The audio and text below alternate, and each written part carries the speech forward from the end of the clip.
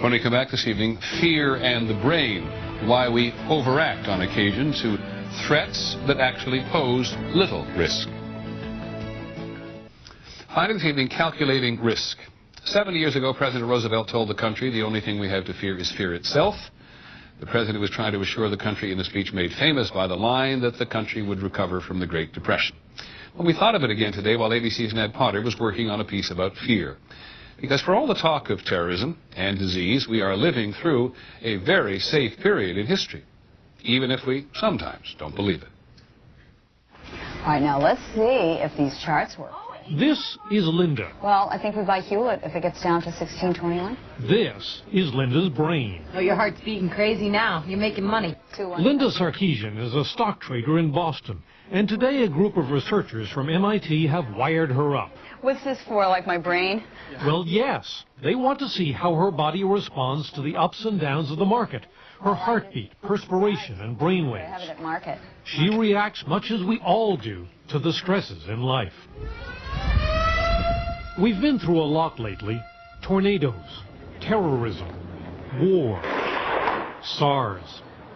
Now, any one person's chances of being an actual victim of one of those things are very small.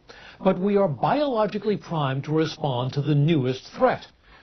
Scientists say it's all in our heads.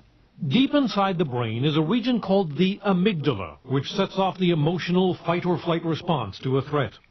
Only much later will another part, the prefrontal cortex, start to put fear in perspective. The problem is that when we need quick action, the amygdala wins out.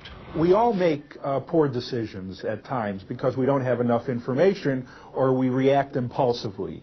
Dr. Jordan Grafman says the amygdala makes people worry about the unfamiliar, such as shoe bombs and anthrax, even though statistics show heart disease and auto crashes are much greater risks. Less knowledge, more anxiety. More knowledge, less anxiety.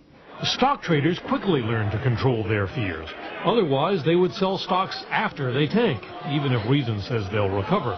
Whereas the fight or flight response will help you save your life in certain situations, in the financial context, it will not help you save your wealth. A decision based on fear is often the wrong one. Researchers say it may be better to wait. Ned Potter, ABC News, New York. As I report on World News tonight, tomorrow on the broadcast, what really happened to Private Jessica Lynch in Iraq? I'm Peter Jennings. Have a good evening and good night.